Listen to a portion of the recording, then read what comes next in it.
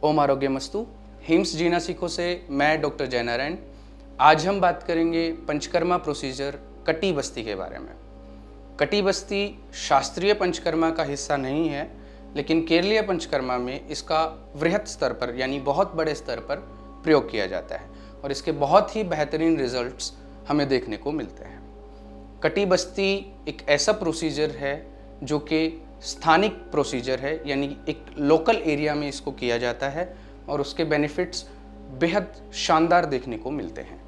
Hymns जीना सीखो में हम पूरी तरह से जो शास्त्रीय पद्धति होती है उसके अनुसार सभी पंचकर्मा थेरेपीज करते हैं।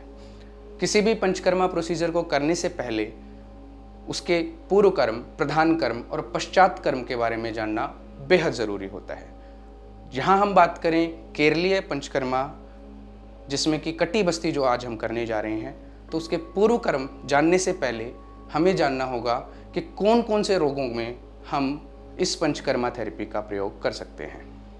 कटी बस्ती बेसिकली हम लंबर स्पॉन्डिलोसिस यानी संधिवात जैसे जितने भी रोग होते हैं उनमें प्रयोग करते हैं। Lumbar spondylosis, spinal listhesis, disc herniation, disc bulge जैसे रोगों में, और सियाटिका जिसको आयुर्वेद में गृद्धसी के नाम से जाना जाता है, उन रोगों में कटी बस्ती के बहुत अच्छे परिणाम देखने को मिलते हैं। लेकिन इसके साथ हमें यह भी पता होना चाहिए कि किन रोगियों में हमें ये पंचकर्मा थेरेपी नहीं करनी है।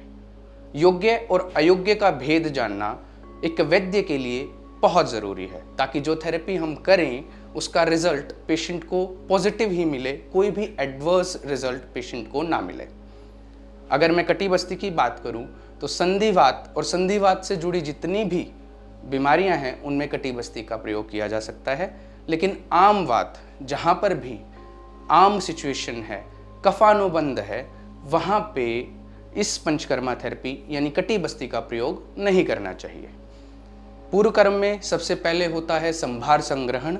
संभार संग्रहण की अगर मैं बात करूं तो हमारे जो इक्विपमेंट्स हैं या जो मेडिसिन्स हैं वो हमें इकट्ठी करनी होती हैं और उनको तैयार करना होता है। आज के इस प्रोसीजर में जो जो चीज़ें हम यूज़ करेंगे, सबसे पहले हम उनको जान लेते हैं। इधर आप देखेंगे मेरे पास एक बॉयलर है जिसको हम डबल बॉयलर बोलते हैं, जिसमें हम तेल को गर्म करते हैं। इसमें तेल को डायरेक्ट हीट ना करके हम पहले पानी गर्म करते हैं और उस पानी की उष्मा से इस तेल को गर्म करते हैं। जो तेल हम यहाँ यूज़ कर रहे हैं वो महानारायण तेल है। मुख्यतः कटी बस्ती के लिए महानारायण तेल, सहचर आदि तेल प्रयोग किया जाता है। कुछ कुछ रोगों में रोग के अनुसार हम जो द्रव्य है, जो तेल है, उसको बदल सकते हैं। अभी मैं यहाँ आपको अगर दिखाऊं तो महानारायण तेल को हमने डबल बॉयलर में रखा है, उसको हम गर्म करेंगे और उष्ण द्रव्य को ही यूज़ करेंगे। संभार संग्रहण में दूसरी अगर चीज़ों की मैं बात करूं तो हमारे पास एक गोज़ पीस या स्पंज होना चाहिए, जिससे हम इस द्रव्य को रोगी के ऊपर डालेंगे। इसके साथ ही हमारे पास आलवाल होती है जो कि मुख्य घटक है। आलवाल एक फ्रेम है जिसका यूज़ हम कटी बस्ती करने के लिए करते हैं। आलवाल बनाने के लिए यहाँ पे हम यूज़ कर रहे हैं उड़द का आटा। उड़द का आटा इसलिए यूज़ किया जाता है कि ये स्निग्ध है, यानी इसमें कुछ नरिशमेंट या कुछ ऑयल कंटेंट होता है जो हमारी प्रोसेस को और ज़्यादा इजी बना देता है। दूसरा, ये पिच्छिल यानी चिपचिपा है, जिससे ये अच्छे से चिपक जाता है। हमारे थेरेपिस्ट आपको दिखाएंगे कैसे हम आलवाल का निर्माण करते हैं। यहाँ पे हमने उड़द के आटे को अच्छी तरह से गूंद लिया है और उसे एक ऐसी कंडीशन में गूंद लिया है कि वो आसानी से चिपक रहा है। अब इसको हम एक राउंड शेप देंगे, जिससे इसको हम रोगी के कटी भाग यानी लोअर बैक पे रख के उसमें ऑयल हम छोड़ सकें और थेरेपी दे सकें। आजकल ऑयल वाल की जगह ये रेडीमेड फ्रेम्स भी आते हैं जिसको कटी बस्ती फ्रेम बोलते हैं। इसका यूज़ भी बहुत से लोग करते हैं, लेकिन हिम्स जीना सीखो में हम कोशिश करते हैं जो शास्त्र में वर्णित पद्धति है उसी का हम प्रयोग करें। तो इस फ्रेम का यूज़ ना करके हम यूज़ करते हैं इस आलवल का, जो कि उड़द के आटे से बनी है। उड़द का आटा यदि उपलब्ध नहीं होता है तो हम गेहूं के आटे का भी यूज़ इस प्रोसेस के लिए कर सकते हैं। इसके बाद हमने संभार संग्रहण कर लिया, हमने आलवोल बना ली, हमने तेल को भी उष्ण कर लिया, हमने रोगी का परीक्षण भी कर लिया। उसके बाद जो स्टेप आता है वो है रोगी की पोजीशनिंग। रोगी को हमने प्रोन पोजीशन में यानी अधोमुख लेटाना है। सर आप करवट लेंगे।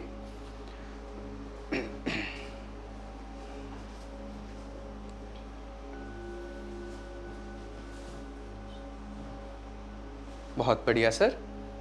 इसके बाद हम रोगी के लंबोसेक्रल रीजन पे, जिसको हम आयुर्वेद में कटी प्रदेश बोलते हैं, यहाँ पे सबसे पहले ऑलवॉल रखेंगे। कोई भी पंचकर्मा प्रोसीजर करने से पहले आपके लिए ज़रूरी है कि आप रोगी को बता दें कि क्या प्रोसीजर हम करना चाहते हैं।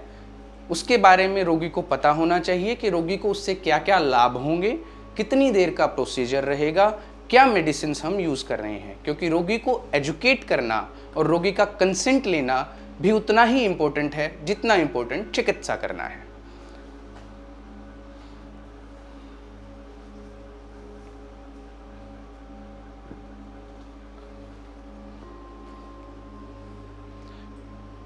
इस तरह से हम आलवोल को स्थिर करेंगे। हमने इस तरह से फिक्स करना है कि जो द्रव्य, जो तेल हम डालेंगे आलवोल में, वो बाहर लीक ना हो, वो नीचे या इधर उधर ना जाए।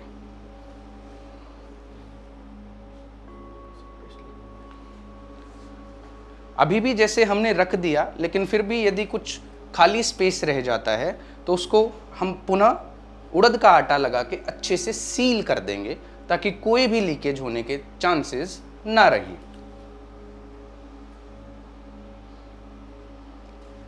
जब तक आशीष जी कटी बस्ती के लिए ऑलवॉल को पेशेंट के ऊपर सेट कर रहे हैं, तब तक मैं महानारायण तेल के बारे में आपको बताता हूँ। हिम्स जेनासिको में हम जितने भी औषध द्रव्य हैं, खास करके सिद्ध तेल हैं, उनका निर्माण पूर्णतः शास्त्रीय पद्धति से करते हैं। इसमें चाहे औषध द्रव्यों को संग्रह करना हो, चाहे उच्चतम गुणवत्ता के तेल का प्रयोग करना हो, हिम्स जेनासिको में हम इंश्योर करते हैं कि जो भी प्रोसीजर किया जाए वो बेस्ट, स्टैंडर्डाइज्ड और रिजल्ट ओरिएंटेड हो। महानारायण तेल में हम जो भी घटक द्रव्य यूज़ करते हैं वो अच्छे सोर्सेज से एकत्रित करके तत्पश्चात उस तेल का निर्माण तिल तेल को सिद्ध करके किया जाता है। अब हम यहाँ देखेंगे तो लगभग हमने इस आलवोल को पूरी तरह से लीक प्रूफ कर दिया है।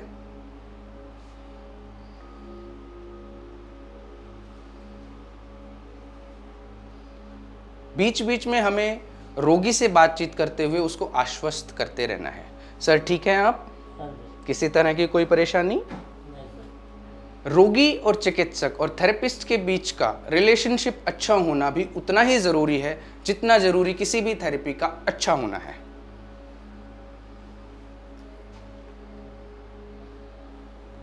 जब उष्ण द्रव्य इस स्थान पर, कटी स्थान पर डाला जाता है तो तेल की उष्मा के कारण रोम छिद्रों से वो औषधीय द्रव्य कटी क्षेत्र में प्रवेश करते हैं, वहाँ बढ़े हुए वात दोष का शमन करते हैं और इंस्टेंट रिलीफ रोगी को मिलता है। यह पूरी तरह से वैज्ञानिक रूप से प्रमाणित प्रोसीजर्स हैं, जिस पे आज बहुत सारे रिसर्च पेपर्स आपको इंटरनेट पर भी उपलब्ध मिल जाएंगे। हो गया? तो जैसा कि हमने इस पूरे आलवोल को पूरा लीक प्रूफ बना लिया है, अब कोई चांसेस नहीं बचता है कि इससे कोई ऑयल जो है वो लीक आउट होके बाहर आएगा।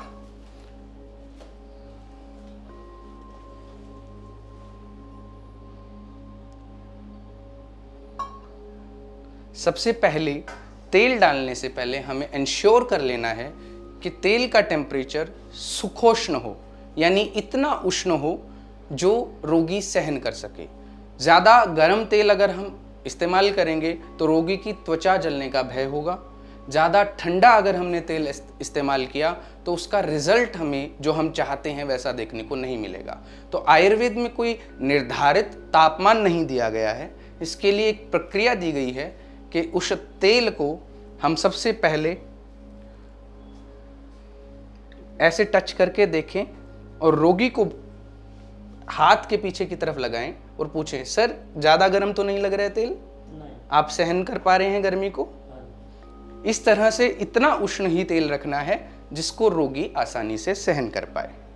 इसके बाद जब हम ऑल वॉल में ये द्रव्य डालेंगे तो पहले किनारियों से तेल डालेंगे, डायरेक्ट बीच में तेल हमने नहीं डालना है ताकि जो एब्जॉर्प्शन रेट है वो बढ़ जाए।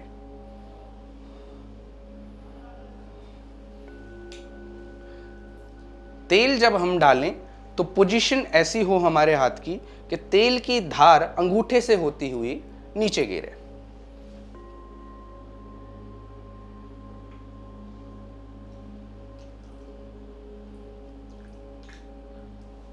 सर टेम्परेचर ठीक है तेल का, ज़्यादा गर्म तो नहीं लग रहा है? बीच बीच में रोगी से वार्तालाप करना भी बहुत ज़रूरी है ताकि हम जो प्रोसीजर कर रहे हैं वो सक्सेसफुल भी हो और पेशेंट के लिए कंफर्टेबल भी हो।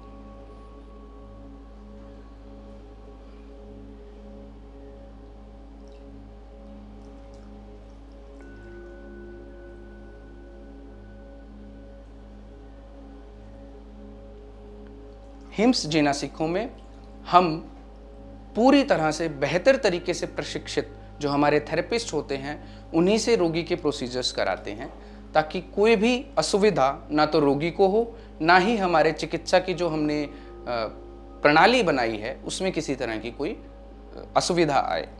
तो अब जैसा आप देख रहे हैं, अंगुष्ठ के द्वारा धार बनाते हुए तेल को हम आलवाल में डाल रहे हैं। पेशेंट के, रोगी के कटी प्रदेश में वो तेल हम इकट्ठा कर रहे हैं।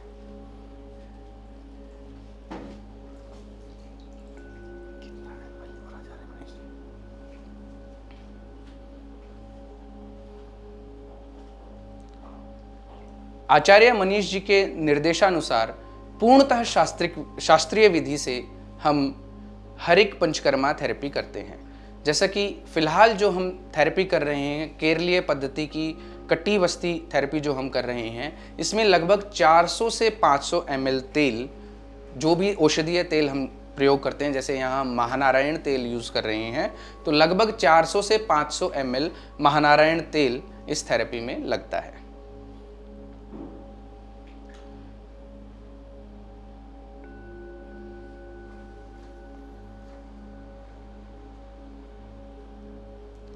बीच बीच में तेल जब थोड़ा सामान्य तापमान की तरफ यानी नॉर्मल टेम्परेचर की तरफ जाने लगे, तेल जब ठंडा होने लगे, तो वो तेल हमें वापस निकाल लेना है, उसे पुनः गर्म होने के लिए रख देना है। लेकिन ध्यान रखने वाली बात इसमें ये है कि जो तेल हम इसमें से निकाल रहे हैं वो पूरी मात्रा में नहीं निकालना, यानी हमें आलवॉल को पूरी तरह से खाली नहीं करना है।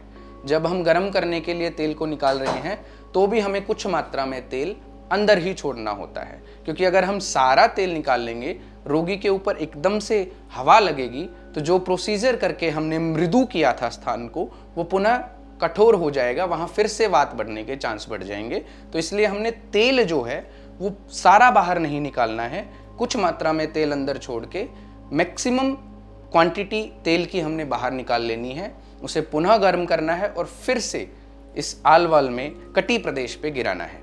गिराने की प्रक्रिया वही रहेगी, आपका अंगुष्ठ इस तरह से रहेगा, अंगूठा इस तरह रहेगा और आपके थंब यानी अंगूठे से इस तरह से धार जाएगी, जैसा कि हमारे थेरेपिस्ट जी कर रहे हैं। तेल की मात्रा जैसे मैंने ml में आपको बताई, 400 से 500 ml तेल कटी बस्ती में हम यूज करते हैं। आयुर्वेद में इसका प्रमाण 3 अंगुल, 2 से 3 अंगुल ऊंचाई का बताया गया है, तो उतने ही प्रमाण में लगभग हम तेल जो है कटी बस्ती में यूज करते हैं।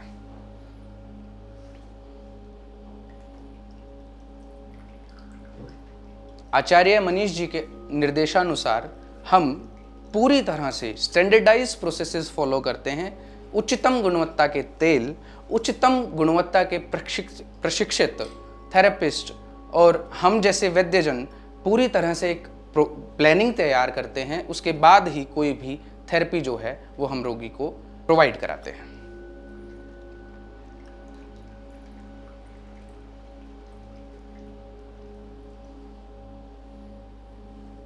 जैसा कि आप देख पा रहे हैं, हमने फिर से तेल इस कटी बस्ती की आल वॉल में भर दिया है। कुछ देर के लिए हम तेल को, जब तक ये उष्ण है, इसी तरह से एब्जॉर्ब होने के लिए छोड़ देंगे।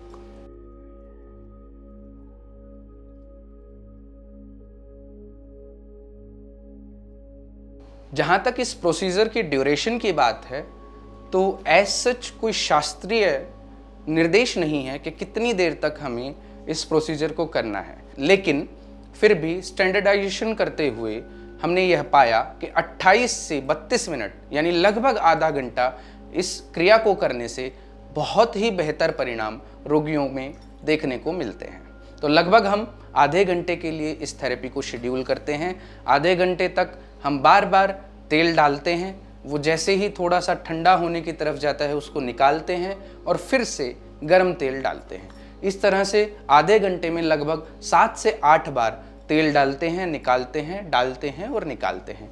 यह प्रक्रिया चलती रहती है और इसमें हमें यूज़ करनी होती है अपनी इंटेलेक्चुअल थिंकिंग प्रोसेस कि जैसे ही हमें लगा कि तेल जो है शायद ठंडा हो गया है, हमें बार बार ऐसे टच करके हमारे हाथ के पीछे की तरफ, जिसको हस्त पृष्ठ बोला गया है आयुर्वेद में, वहाँ फील करते रहना है। हमें लगे कि तेल ठंडा हो गया है तो उसे पुनः ऐसे निकाल लेना है और फिर गर्म तेल, उस सुखोष्ण तेल इसमें डालना है।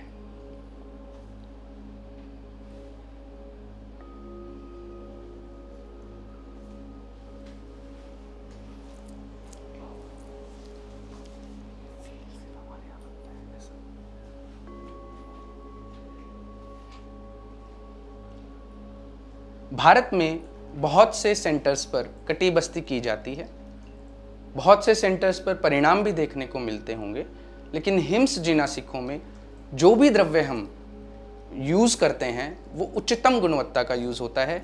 जो प्रक्रिया उस तेल को बनाने की है, उसमें औषध द्रव्यों का चयन करना से लेकर के औषध द्रव्य कैसे बनाना है, वह केवल हिम्स जिनासिको ही पूरी तरह से शास्त्रीय विधि से फॉलो करता है। शास्त्रीय विधि से हम निर्माण करते हैं। इसीलिए अन्य स्थानों से हिम्स जिनासिको में यदि आप देखेंगे तो रोगी को रिजल्ट्स भी कई गुना बेहतर देखने को मिलते हैं।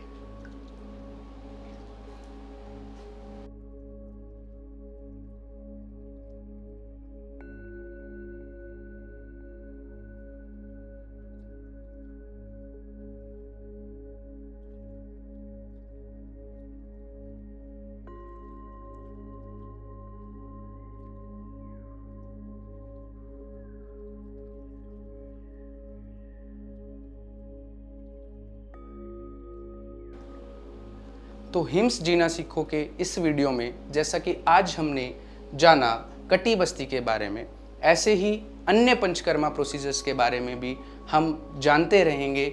जुड़े रहिएगा हिम्स जिनासिको के साथ। ओम आरोग्यमस्तु।